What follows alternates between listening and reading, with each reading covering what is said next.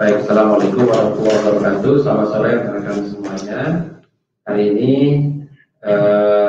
KPK akan menyampaikan terkait dengan perkembangan penanganan perkara terkait dugaan korupsi anggota DPRD Sumatera Utara terkait dengan pelaksanaan fungsi dan kewenangan anggota DPRD periode 2009, 2015 dan atau 2014, 2019. Hadir hari ini Pak Deputi Penindakan Pak Haryoto, sedangkan beliau masih ada beberapa kegiatan lain. Sore hari ini KPK akan melakukan penahanan terhadap satu orang tersangka anggota DPRD. Tidak kami tampilkan di depan ini karena berdasarkan hasil dari tes rapid test terhadap yang bersangkutan tadi hasilnya reaktif, sehingga setelah ini kemudian nanti tersangka dari swab langsung bawa ke rumah sakit hingga tidak bisa ditampilkan di depan teman-teman sekalian. Baik, kami persilahkan Pak Deputi Penindakan untuk menyampaikan beberapa poin terkait dengan perkembangan perkara ini. Seperti biasa nanti kami persilahkan teman-teman untuk bertanya lebih lanjut terkait dengan ini ataupun terkait dengan hal-hal lain. Satu sesi untuk bisa bertanya seperti biasa. Kami persilahkan Pak. Terima kasih.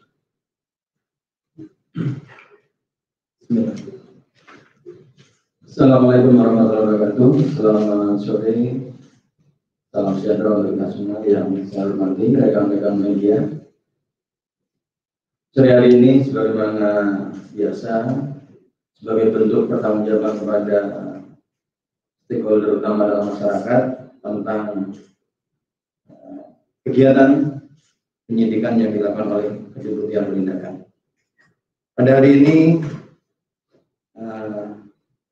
kami penyidik akan melakukan penahanan terhadap anggota DPRD Sumut terkait dengan pelaksanaan fungsi dan kewenangannya periode 2009-2014 atau 2014-2019. Ini sebenarnya adalah sisa satu yang terakhir pada saat beberapa minggu yang lalu yang bersangkutan sebenarnya sudah dipanggil untuk hadir di sini, tapi yang bersangkutan positif kena COVID. Baik, sedikit akan saya gambarkan jalan kronologisnya. Kami akan menyampaikan pengembangan penanganan perkara terkait dugaan tindak pidana korupsi menerima hadiah terkait fungsi dan kewenangan anggota DPRD Provinsi Sumatera Utara periode 2009, 2014 dan atau 2014-2019. Dari jumlah total 14 tersangka dalam perkara ini, sebelumnya KPK telah melakukan penahanan terhadap 13 orang. Dan hari ini setelah memeriksa saksi dengan jumlah 59 orang, KPK kembali melakukan penahanan terhadap satu orang tersangka, yakni NHS. Tersangka ditahan selama 20 hari, pertama terhitung mulai tanggal 14 Oktober 2020 sampai dengan 2 November 2020 di rutan cabang KPK Kavling K4 Gedung Merah Putih KPK. KPK menetapkan status tersangka kepada 14 anggota DPRD Provinsi Sumatera Utara periode 2009-2014 dan atau 2014-2009 pada tanggal 30 Januari 2020.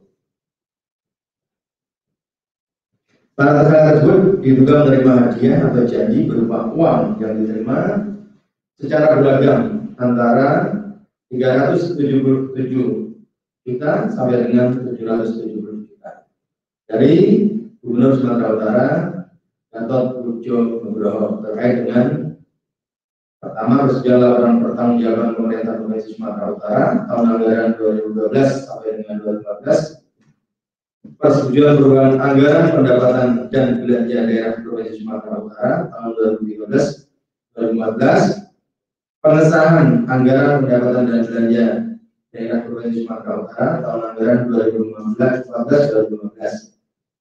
Penolakan penggunaan hak interpelasi oleh DPRD Provinsi Sumatera Utara pada tahun 2015. Atas perbuatan tersebut, 14 anggota DPR Provinsi Sumut periode 2009-2014 dan atau 2014-2019 disangkakan melanggar pasal 12 huruf A atau huruf B atau pasal 11 Undang-Undang Nomor 31 Tahun 99 tentang pemberantasan tindak pidana korupsi yang telah diubah dengan Undang-Undang Nomor 20 Tahun 2001 junto pasal 64 ayat 1 dan pasal 55 ayat 1 ke 1 KUHP. Dalam proses penyidikan perkara ini telah dilakukan penyitaan uang pengembalian para tersangka dan saksi senilai total 3.732.500.000 rupiah. Penetapan 14 anggota DPRD Provinsi Sumut ini sebagai tersangka merupakan tahap keempat. Sebelumnya KPK juga telah memproses 50 unsur pimpinan dan anggota DPRD Provinsi Sumatera Utara periode 2004-2009 atau 2014-2019. 50 orang tersebut ini sedang menjalani pidana masing-masing dan setelah divonis bersalah oleh Majelis Hakim Pengadilan Tipikor dengan hukuman rata-rata 4 hingga 6 tahun penjara. Terima kasih Pak Deputi yang telah membacakan penulisannya. Kami persilahkan rekan-rekan semuanya apabila ada yang ingin ditanyakan lebih lanjut terkait dengan perkara ini maupun update perkembangan yang akan ditanyakan Bapak Deputi. Silakan. Ada yang mau ditanyakan? Iya, silakan.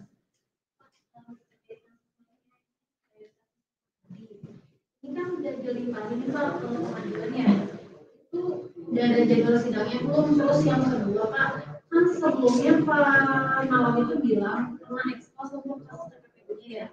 Kalau ini udah dilimpahkan, apakah itu artinya KPK tidak menemukan bukti bahwa Nahadi melakukan jadwal ekspos seperti apa? Ya, itu sih Pak.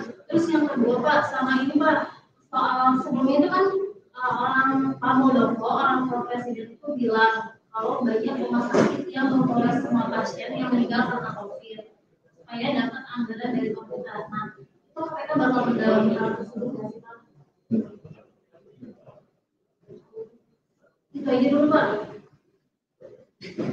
Dipaksa ya. Ada lagi yang bertanya? Udah itu dulu ya. Baik. Ya, terima kasih. Silakan Pak. Baik, terima kasih. Yang pertama masalah NAD. Memang karena keterbatasan waktu penahanan sudah dilimpahkan ke tahap proses tuntutan ya. Nah memang betul kemarin Pak Nawawi sudah merencanakan tentang PPP-nya. Dari kami penyidik juga sudah mewacanakan juga. Hanya saja masih memilah-milah terhadap tindak pidana asalnya mana yang mendukung terhadap aset-aset yang disita. Karena di kasus pertama yang disita sudah melebihi daripada barang bukti atau hasil kejahatan di kasus yang pertama.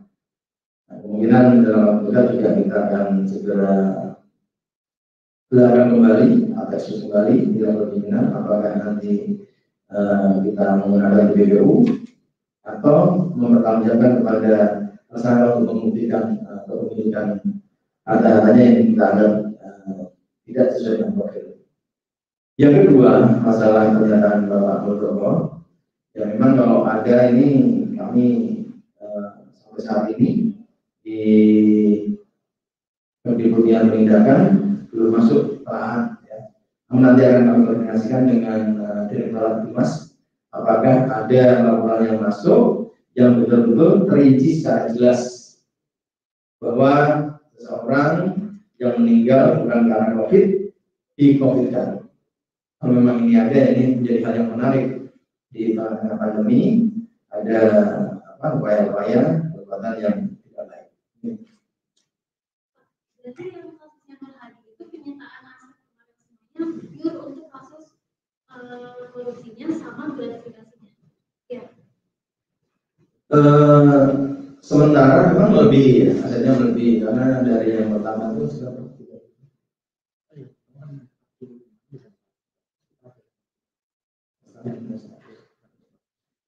ya memang jumlah dari kasus yang ditangani itu lebih lebih, artinya yang disita itu lebih. Karena satu rangkaian misalnya ada hasil kejahatan yang dibelikan kebun sawit. Nah, kebun sawitnya itu kalau memang uang yang dari pertama itu hanya berapa miliar, tapi kebun sawitnya lebih luas. Sehingga kita disesuaikan dengan profil, tentunya nanti akan menjadi pembuktian di persidangan. Dan kita akan melihat kasus-kasus yang telah divonis ya oleh pengadilan seperti kasusnya Pak Joko Susilo, Pak Amin dan lain-lain. Nanti ini akan menjadi semacam patokan bagi KPK untuk pengembangan 2 TPP. Ya, secara pasti kemarin terungkap sekitar 100 M. Itu berarti tadi yang disebut melebihi itu melebihi berapa? Ya, dengan kasus yang pertama yang diangkat suapnya dari satu perkara, dari satu LKPK itu lebih. Yang pertama kan hanya sekitar 46-an. Oke ya, Pak Rere ya. Untuk izin menambahkan Pak, untuk jadwal sidang sementara sampai saat ini masih menunggu penetapan dari sidang perdana untuk pembacaan surat dakwaan. Itu nanti ketika sudah ada kami informasikan lebih lanjut kepada rekan, sehingga nanti kita semua bisa ikuti seluruh uraian perbuatan yang diduga kepada para terdakwa tersebut dengan jelas nanti di dalam persidangan pembacaan surat dakwaan. Ya. Saya kira cukup. Ada lagi? Kalau Ya.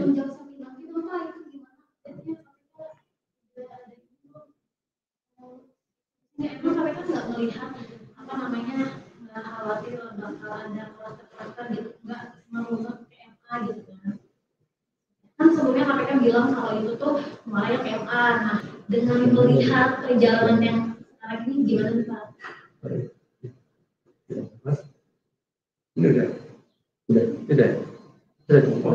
Oh, sudah. Oke.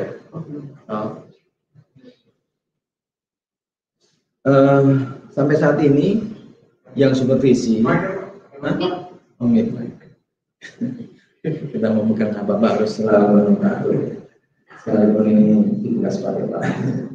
Jadi gini, memang supervisi terkesan lambat karena kita juga menunggu data yang akurat dari masing-masing instansi yang kita supervisi, yaitu kepolisian dan kejaksaan.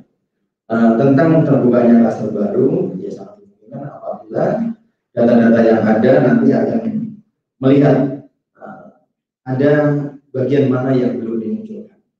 Memang kemarin terungkap pada saat kita gelar perkara dengan kepolisian maupun kejaksaan masih ada klaster seperti pengadilan yang menyidangkan. Dan kalau yang menyangkut ke arah misalnya transkrip laporan mati yang kita harus dalami, karena itu kan baru sekedar namanya masih keterangan tertulis dalam bentuk transkrip, belum diyakinkan kepada orang-orang yang mengalami. Ya. Mungkin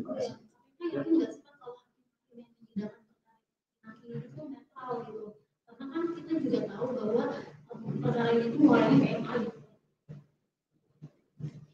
Kalau masih penyidikan ya kita nggak berani buka nanti bagaimana kondisinya. Berarti udah masuk penyelidikan. Bukan penyelidikan dalam arti begini, kita kan masih mengumpulkan di kepolisian dan di kejaksaan, mereka kan belum diungkapkan itu. Kita masih mengumpulkan barang-barang bukti atau istilahnya dokumen-dokumen yang terkait. Ya, kemudian kalau andai kata memang ada klaster baru, sangat mungkin KPK melakukan penyelidikan baru. Tapi sampai saat ini belum ada penyelidikan baru. Ada penyelidikan itu ambilnya yang di MA-nya atau di pihak sangat tergantung dengan data yang datang. Sangat tergantung data yang masuk dan kevalidan data. Kalau sekedar cerita-cerita juga kita katanya orang satu saksi bukan saksi, gitu. Ya nanti saksi sendiri kan kalau yang kenyataan terjadi ada yang menarik kenyataannya itu, ada yang mencabut dan lain-lain. Ya seperti halnya kalau ada keterangan saksi satu bisa dibuktikan oleh saksi yang lain didukung dengan keterangan tertulis atau bukti optik, nah itu mungkin baru kita bisa angkat. Kalau sementara masih kurang alat buktinya, tentunya kita tidak gegabah dan tidak.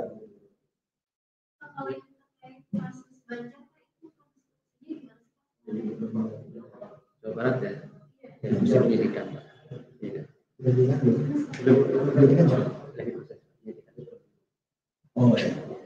Mungkin saya tambahkan.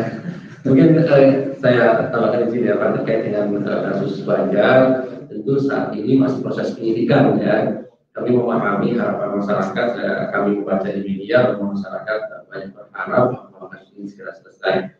Saat ini masih proses penyidikan dan analisa lebih lanjut dari tim penyidik. Tentu nanti setelah pada waktunya, karena kita tahu ya kebijakan dari pimpinan adalah kita akan mengumumkan secara resmi pihak-pihak yang telah ditetapkan sebagai tersangka tersebut ketika nanti berkaitan dengan melakukan upaya paksa penahanan. Jadi tentu kita nanti menunggu hasil dari proses penyidikan tersebut. Oke ya.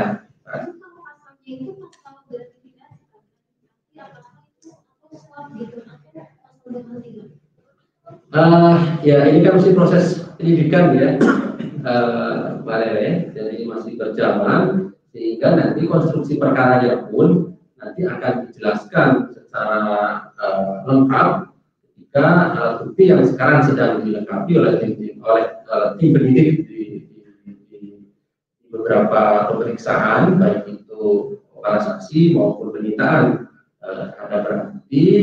Nanti itu juga bagian yang akan kami sampaikan ketika nanti ada penetapan tersangka dan penahanan. Ya, oke ya.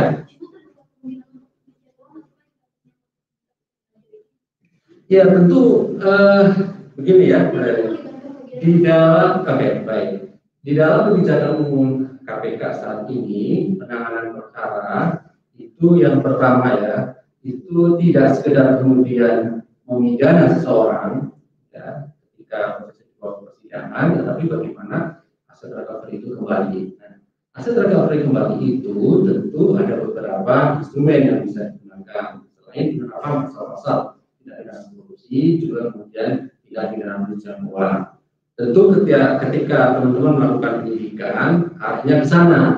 Lalu ketika proses penyidikan terkait dengan dugaan tindak pidana korupsi akan dikejar juga terkait dengan aset-asetnya. Ini sudah dijelaskan tadi Usul Hadi.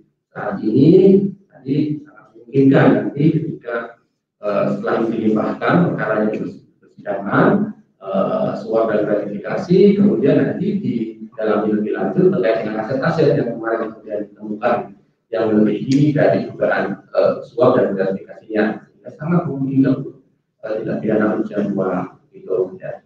Berarti Pak, kalau yang hadir berarti nanti kalau misalnya pencuciannya itu teknisnya gimana Pak? Apa dia harus diputus dulu gitu ya? Apa gimana tuh?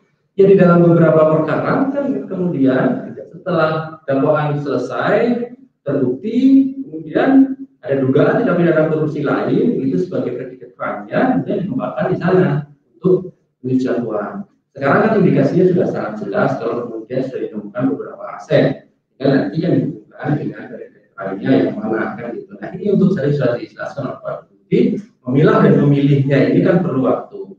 Artinya penetapan seseorang menjadi tersangka tindak pidana pencucian uang juga sama seperti penetapan korupsi, minimal bukti permulaan, 2 bukti permulaan yang cukup. Ini sudah ada indikasi, gitu ya. Betul kemudian sudah sangat jelas. Kemudian diperdalam lagi di dalam proses nanti berjalannya di sebelah mananya kan gitu. Ini nanti surat dakwaan sudah dibacakan, suap dan gratifikasi, apakah bagian itu juga yang kemudian bisa ditarik ke PPPU-nya, gitu ya. Ya, bisa dimanapun proses itu berjalan, ya.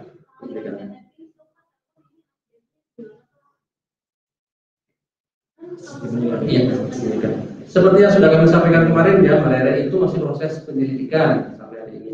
Tentu nanti perkembangannya kami informasikan. Ya. Jadi teman-teman masih meminta keterangan. Jadi kalau penyelidikan ini adalah mencari peristiwa ya, Mbak Rere. Jadi bisa kami sampaikan terkait dengan apa materi permintaan keterangan tersebut.